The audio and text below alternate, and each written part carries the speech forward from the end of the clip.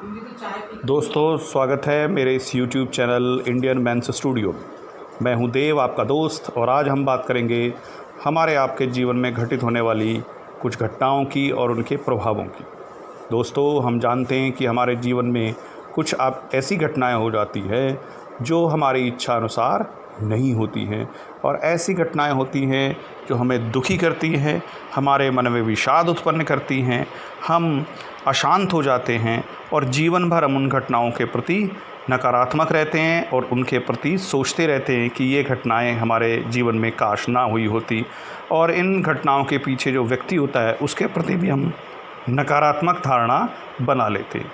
यही नकारात्मकता हम जीवन भर ओढ़े रहते हैं और हमारे आगामी जीवन को भी हम नरक समान बना लेते हैं। तो मित्रों, हम आज इसी मुद्दे पर बात करेंगे। दोस्तों, एक बात हमेशा ध्यान रखिए कि हमारे जीवन में जो भी घटनाएं होती हैं वो उद्देश्यपूर्ण होती हैं, वो सौद्देश्य होती हैं, उनका कोई ना कोई उद्देश्य होता है। हर घटना का हमारे जीवन में कोई ना कोई महत्व होता है।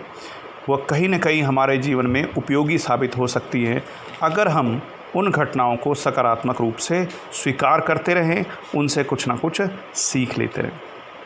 दोस्तों, अभी कुछ समय पूर्व ही आपने रामायण देखी होगी और आपने देखा होगा कि किस तरह से रामचंद्र जी राजा घोषित किए गए, किंतु एक ही रात में उनका जीवन बदल गया। अगले दिन उनको राजा बनना था और अगले दिन ही उन्हें वनगमन को जाना पड़ा, वनवास मिल गया, और इस तरह से जो अगले दिन राजा बनना था वो अगले दिन में वनवासियों का भेष बनाकर वन को चला गया। तो एक बहुत बड़ी घटना थी उनके जीवन में।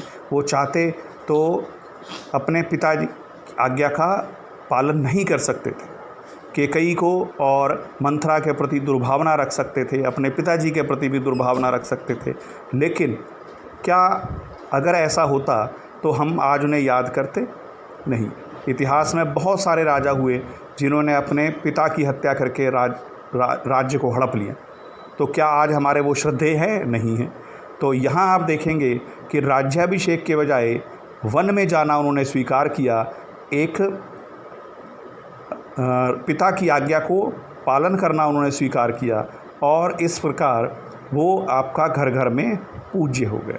और उसके बाद वनवास जाने के बाद उनके साथ में बहुत सारी ऐसी दुर्घटनाएं भी हुई जिस समय वो अपना विवेक खो सकते थे, लेकिन फिर भी उन्होंने उन घटनाओं से अपना विवेक नहीं खोया, उन घटनाओं को सकारात्मक रूप से लिया और जो है एक एक करके सभी समस्याओं को समाप्त किया।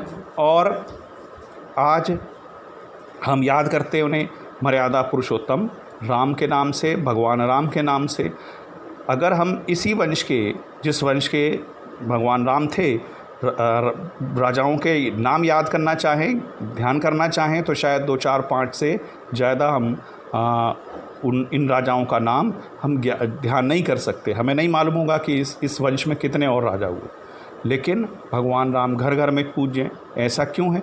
ऐसा क्यों है? क्योंकि उन्होंने अपने जीवन में जो भी घटना घटी उसे सहजता से स्वीकार किया, सकारात्मकता से स्वीकार किया और उसके अनुरूप आचरण किया, उसके अनुरूप सीख ली उससे।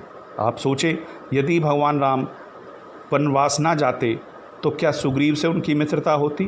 क्या सुग्रीव को राज मिलता? क्या बाली का वध होता? क्या हनुमान जैसा सेवक उनको मिलता?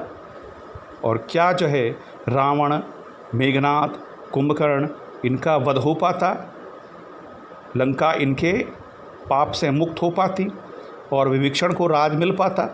तो एक बिंदु पर पूरा जीवन ना केवल भगवान राम का डिपेंड था, बल्कि जो है हनुमान, सुग्रीव, बाली, रावण, मेघनाद, विभीषण, सबका जीवन उस वनवास के एक बिंदु पर प्रभावित हुआ।